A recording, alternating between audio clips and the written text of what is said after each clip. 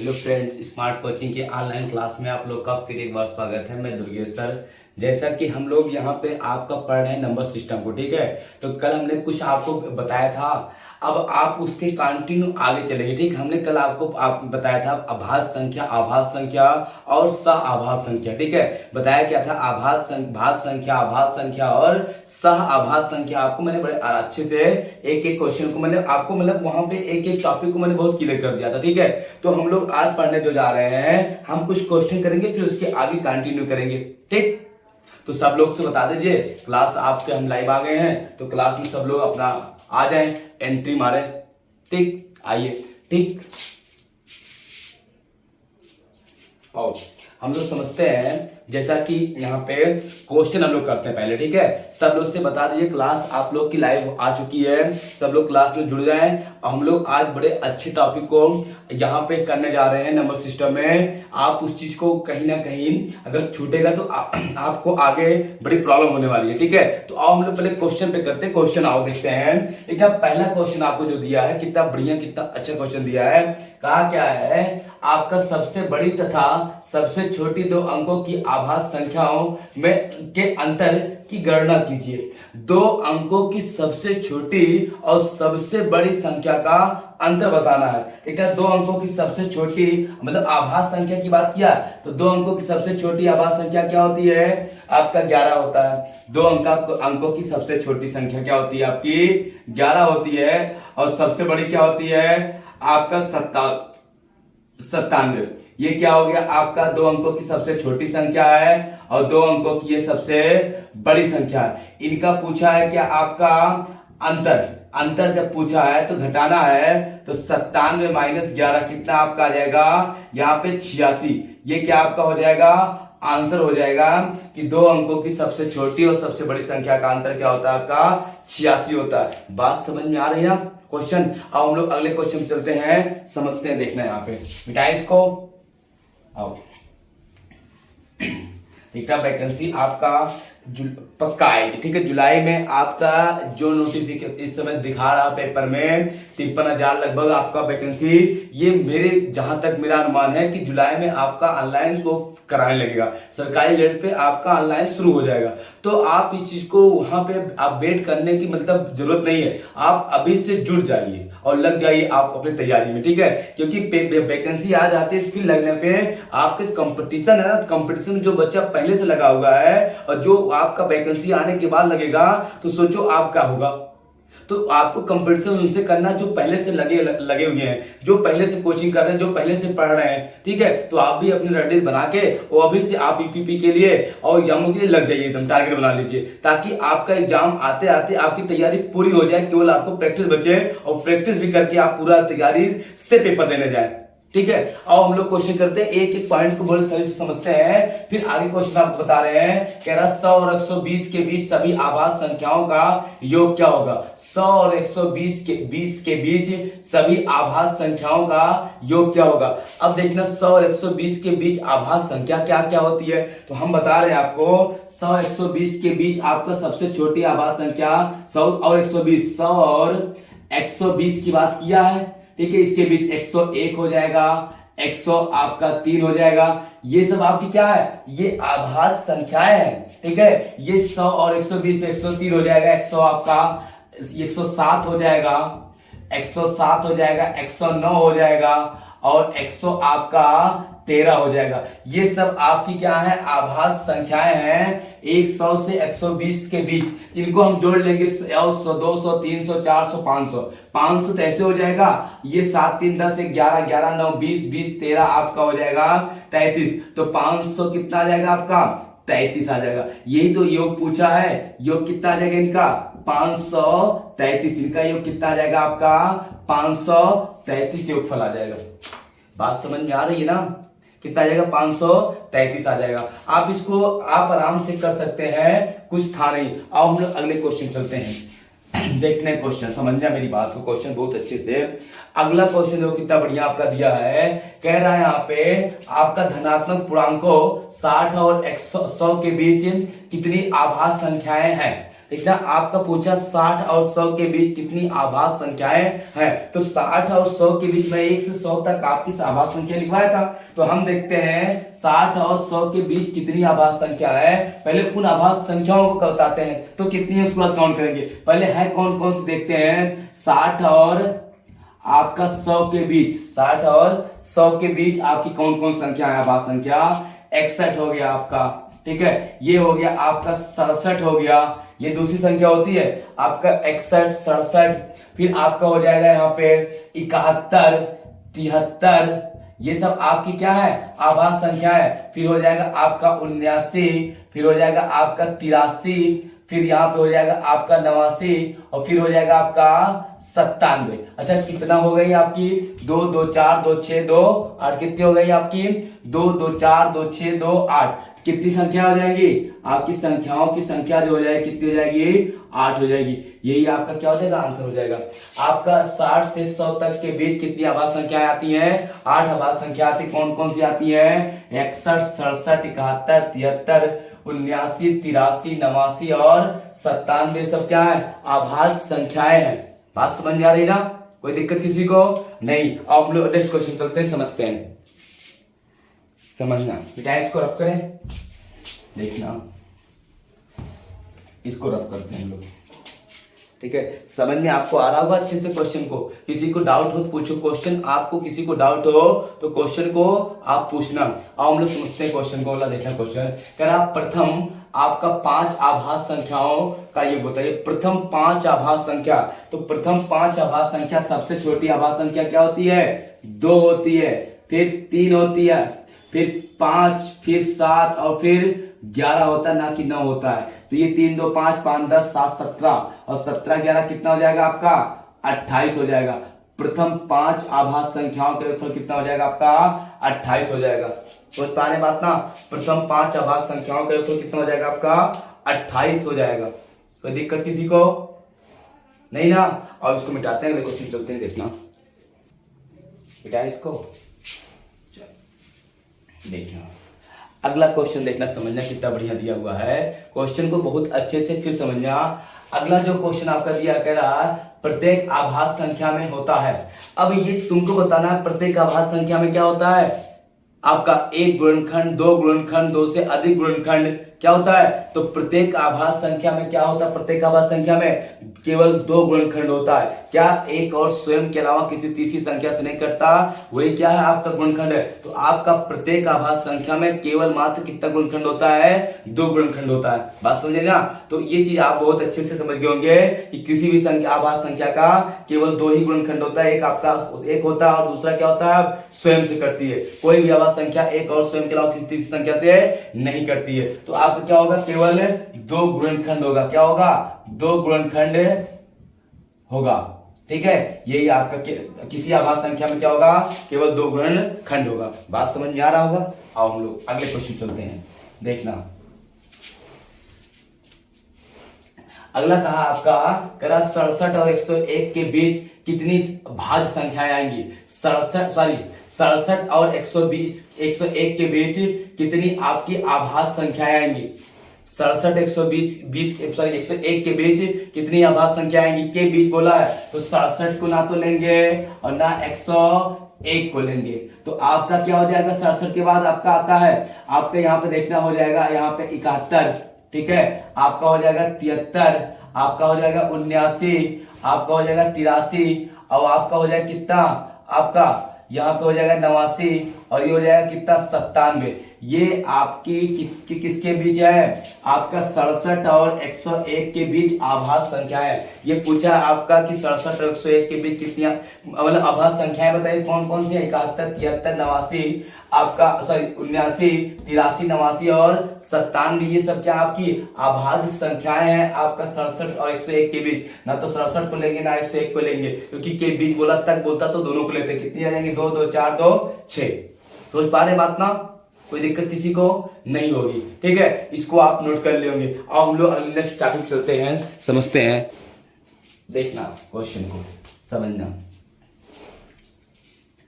आपका क्वेश्चन दिया है कह रहा है यहाँ पे वो संख्याएं बताइए जो अभाज्य नहीं है, वे संख्याएं बताइए जो अभाज्य नहीं है। हम ऑप्शन आपको दे रहे हैं, कह रहा है वे संख्याएं बताइए जो अभाज्य नहीं है। हम पहला दे रहे हैं आपका 89, बी में दे रहे हैं आपका 87 और सी में आपको दे रहे हैं हम 79 और डी में आपको हम दे रहे हैं 97।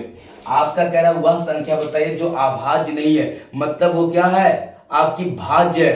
तो आपका 89 क्या है, आपका ये अभाज्य संख्या है। आपका ये 79 क्या है, अभाज्य संख्या है, आभाज्य संख्या है। और 97 भी क्या है, आभाज्य संख्या है। लेकिन आपका जो ये है 87, ये क्या है आपका भाज्य संख्या है। और किससे, 29 से कटेगा, 29 तिया या तो 3 से कटेगा, ठीक है, 3 से भी कटेगा।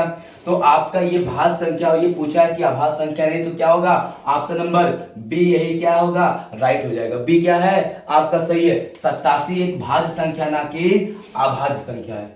87 क्या है, एक भाज्य संख्या है, ठीक है, ना कि अभाज्य संख्या है। बात समझ में आ रही होगी ना। 87 क्या है, एक भाज्य संख्या है। आओ हम लोग समझते हैं, इसको मिटाते हैं चीज को। अगले क्वेश्चन देखना, कितना एक एक क्वेश्चन आपको मैं बता रहा हूं, ये सब बहुत बेसिक चीजें हैं जो आपको 100% पेपर में आता है तो आपको तुरंत लगाना है, ठीक है। इतने बेस से अगर पढ़ा रहे हैं आपको तो आपको पढ़ना चाहिए अच्छे से ना, ये चीज याद रखना। तो आओ फिर अगले क्वेश्चन चलते हैं। अगला क्वेश्चन दिया निम्नलिखित में कौन सी संख्या भाज्य संख्या नहीं, अभाज्य संख्या आपका नहीं है, अभाज्य नहीं है। फिर आपका ए हो गया, बी हम दे रहे हैं, सी आपका दे रहे हैं डी। कह रहा आपका अभाज्य संख्या नहीं है 251, आपका ए हो गया 571 और आपका बी हो गया, सी हम ले लेते 331 और डी में लेते हैं हम लोग 341। अब इसमें कह रहा अभाज्य संख्या नहीं है, अभाज्य संख्या आपका नहीं है तो भाज्य होगी, ठीक है। तो आपका देखना ये आपकी क्या है, ये आपकी अभाज्य संख्या, अभाज्य है, ये भी अभाज्य है, ये भी अभाज्य है। ये क्या आपकी है, ये भाज्य है। ये क्या है आपकी, ये भाज्य संख्या है, इसीलिए क्या होगा ये आपका, ये आपकी अभाज्य संख्या रही है। तो डी वाला आपका क्या है, राइट आंसर है। डी क्या है आपका राइट आंसर है। किसी दिक्कत बोलो नहीं ना। तो ये क्या आपका यहाँ पे ये भाज्य संख्या है, कोई दिक्कत नहीं ना। आगे बढ़े, चलो समझते हैं। अगले क्वेश्चन चलते हैं हम लोग। देखना आपका 341 क्या है, आपकी भाज्य संख्या है।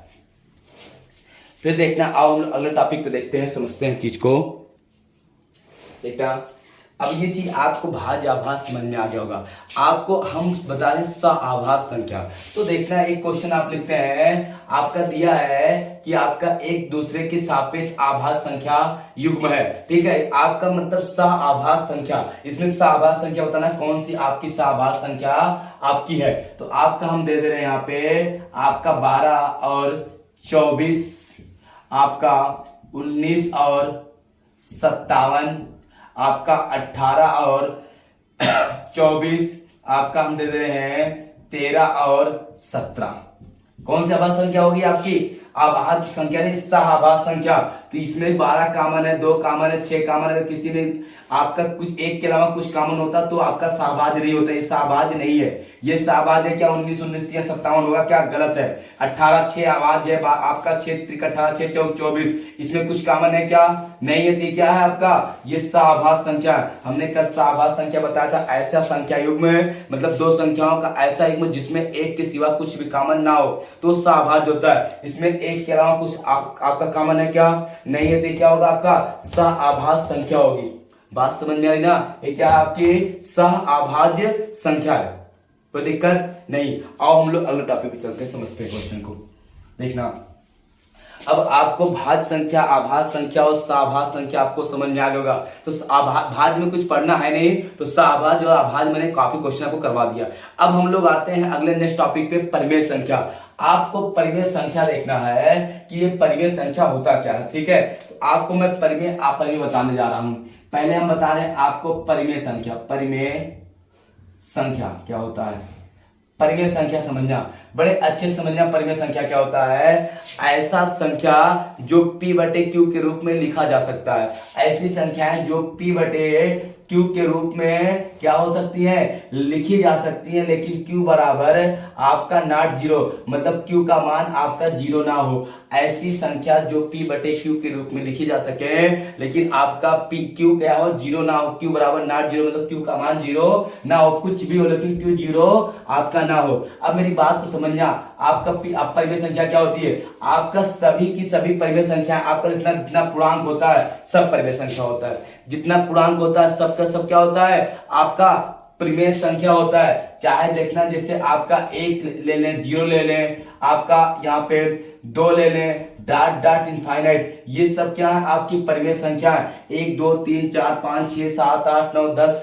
डॉट डॉट अनंत तक सबकी सब क्या है, आपकी परिमेय संख्या है। ठीक है, आपका अगर दशमलव के बाद अंकों का निश्चित क्रम है तो 0.2, आपका 0.25, 0. आपका 256, 6 पे बाद, ये आपका ये सब क्या है, आपका परिमेय संख्या है, जिसके दशमलव के बाद अगर संख्याओं का निश्चित क्रम है, अगर निश्चितता आप जानते हैं तो परिमेय संख्या होती है। जैसे आपका दशमलव के बाद 1 अंक है, दशमलव के बाद 2 अंक है, दशमलव के बाद यहाँ पे 3 अंक है, अगर ये 3 होता तभी परिमेय है, और यहाँ पे बार लग जाता तभी ये परिमेय। अगर किसी संख्या के लास्ट में बार लग जाता है वो भी क्या होता है, आपका परिमेय संख्या होती है। ठीक है, अगर आपका ऐसे दे दे यहाँ पे 0.333 डॉट डॉट, ये भी आपकी परिमेय संख्या, क्योंकि 3 दशमलव आपका 0.3 बार हम लगा सकते हैं। बात समझ पाए, हमारा कहने का मतलब है कि परिमेय संख्या जो होता है वो आपकी सभी की सभी परिमेय संख्या होती है, केवल आप परिमेय को छोड़कर। आपको मैं आप परिमेय बता दे रहे हैं तो परिमेय संख्या अपने आप आपको आ जाएगा। हम आप परिमेय आपको बता दे रहे हैं तो परिमेय संख्या अपने आप है, आपको समझ जाना। हम आप परिमेय संख्या आपको बताते हैं, परिमेय थोड़ा बहुत आप समझ गए होंगे। हम आप परिमेय संख्या आपको बता रहे हैं, जो आप परिमेय नहीं होगा तो वो संख्याएं सबकी सब क्या होंगी, परिमेय होंगी। और आप परिमेय समझना, आपको आप परिमेय बड़े अच्छे से समझा रहा हूं, आप परिमेय को समझ जाना। जितनी भी संख्या मिलेंगी सबकी सब क्या होंगी, परिमेय होंगी। आप परिमेय संख्या, आप परिमेय संख्या देखना, पहला क्या होता है, जो पी बटे क्यू के रूप में ना लिखी जा सके, जो संख्या पी बटे क्यू के रूप में ना लिखी जा सके वो क्या होती है, आप परिमेय संख्या होती है। ठीक है, तो आप बताओ पी बटे क्यू के रूप में क्या लिखा जा सकता है, जितना भी अल्फाबेट आएगा, जैसे पाई एक अपरिमेय संख्या है। ठीक है, आपका स्मॉल जी एक अपरिमेय संख्या, कैपिटल जी एक अपरिमेय संख्या है, स्मॉल आपका ई एक अपरिमेय संख्या है, आदि आपकी क्या है, सब आप परिमेय संख्या। जितना भी अल्फाबेट रहेगा, अल्फाबेट का मान होता है वो सब आप परिमेय संख्या होता है। पाई एक अपरिमेय है, आपका कैपिटल जी एक अपरिमेय है, स्मॉल जी एक अपरिमेय है। जितने भी आपका अल्फाबेट होंगे या सिंबल होंगे सबके अंक उसके बाद होता है, वो क्या होता है, आपका परिमेय संख्या होता है। मेरे कहने का मतलब ये है कि अगर कोई आपका सिंबल है उसका कोई ना कोई मैथ में मान है तो वो आप परिमेय संख्या होता है। समझ पाए बात ना, जैसे यहाँ पे पाई है, जी है, स्मॉल जी है, कैपिटल जी है, इस सबका एक मान होता है। वो मान क्या है, मान परिमेय, लेकिन ये क्या है, अपरिमेय संख्या है। समझ पाए बात को। चलो अब आपका दूसरा हम देखते हैं अपरिमेय और क्या होता है। सेकंड नंबर, सेकंड में आपका अपरिमेय क्या होता है, आपका ऐसा कोई अंक आए करड़े के अंदर जिसका वर्गमूल ना निकाला जा सके। करड़े बोले तो ये ऐसा कोई इसके अंदर अंक आए जिसका हम लोग आप वर्गमूल ना निकाला जा सके। जैसे वो आपका √3, √5, √7, √9 देखना, इसका निकलेगा 3 3 का 9, तो ये नहीं होगा।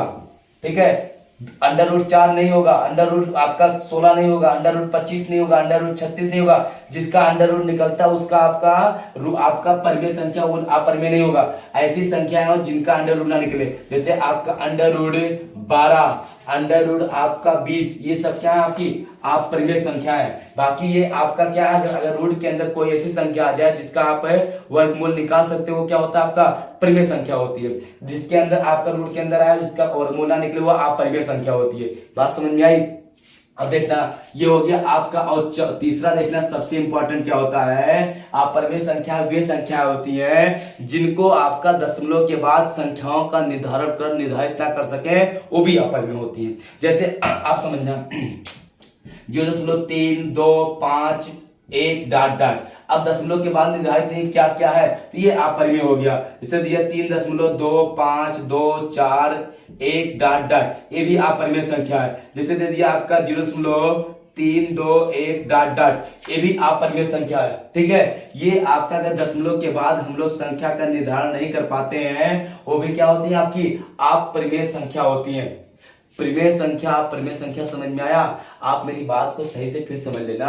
परिमेय संख्याएं सभी परिमेय संख्या होती हैं। ये मान लो सभी संख्याएं क्या होती हैं आपकी परिमेय संख्या होती हैं। बस आप परिमेय को छोड़ दो। आप परिमेय क्या होता है आपका, जैसे इसमें आपका पाई हो गया, जी हो गया, कैपिटल जी, ई आदि, ये सब क्या है आप परिमेय है। आपका अंडर रूट के अंदर ऐसा कोई संख्या आ जाए जो आपका क्या हो उसका रूट ना निकाला जा सके, वो भी क्या होती है आपकी आप परिमेय संख्या होती है। और आपका तीसरे में दशमलव के बाद संख्याओं का निर्धारण ना कर पाए, वो भी क्या होती है आपकी आप परिमेय संख्या होती हैं। बात समझ में आ रही ना? आप परिमेय संख्या आप जो होती है उसको छोड़ के बाकी सब की सब क्या है आपकी परिमेय संख्या है। ठीक है, ये चीज समझ गए होंगे। परिमेय अपरिमेय समझ में आ गया आपको? कोई दिक्कत किसी को नहीं? अब फिर आपको हम नेक्स्ट क्लास लेंगे आपको कल। ठीक है, इसके आगे परिमेय अपरिमेय के आगे बड़े अच्छे अच्छे क्वेश्चन आपको लेके आएंगे। तो फिर कल की क्लास में फिर हम मिलते हैं। ठीक है, आप कहीं मत जाइएगा। अभी आपकी फिर मैं क्लास ले रहा हूं रीजनिंग की। आज से यूट्यूब पे आपकी पहली बार मैं रीजनिंग की क्लास लेने जा रहा हूं। ठीक है, आपको शुरू से मैं रीजनिंग पढ़ाऊंगा। आप कहीं मत जाइएगा। अभी जस्ट आपको नोटिफिकेशन जाएगा, इसके बाद आपको क्या है आपका रीजनिंग की क्लास चलेगी। ठीक है, 8:30 पे आपकी रीजनिंग की क्लास स्टार्ट हो जाएगी। 8:30 बजे आपकी क्या होगी रीजनिंग की क्लास स्टार्ट हो जाएगी। अगर नेटवर्क प्रॉब्लम होगा तो 2-4 मिनट लेट हो जाएगी, लेकिन आपका नीचे नोटिफिकेशन लगा होगा। अभी आपकी जस्ट तुम्हारी क्या होगी रीजनिंग क्लास स्टार्ट हो जाएगी। तो फिर आप कहीं मत जाइएगा, रीजनिंग क्लास में आप जरूर बने रहिएगा। ठीक है, तब तक के लिए इधर से आपका धन्यवाद। Thank you.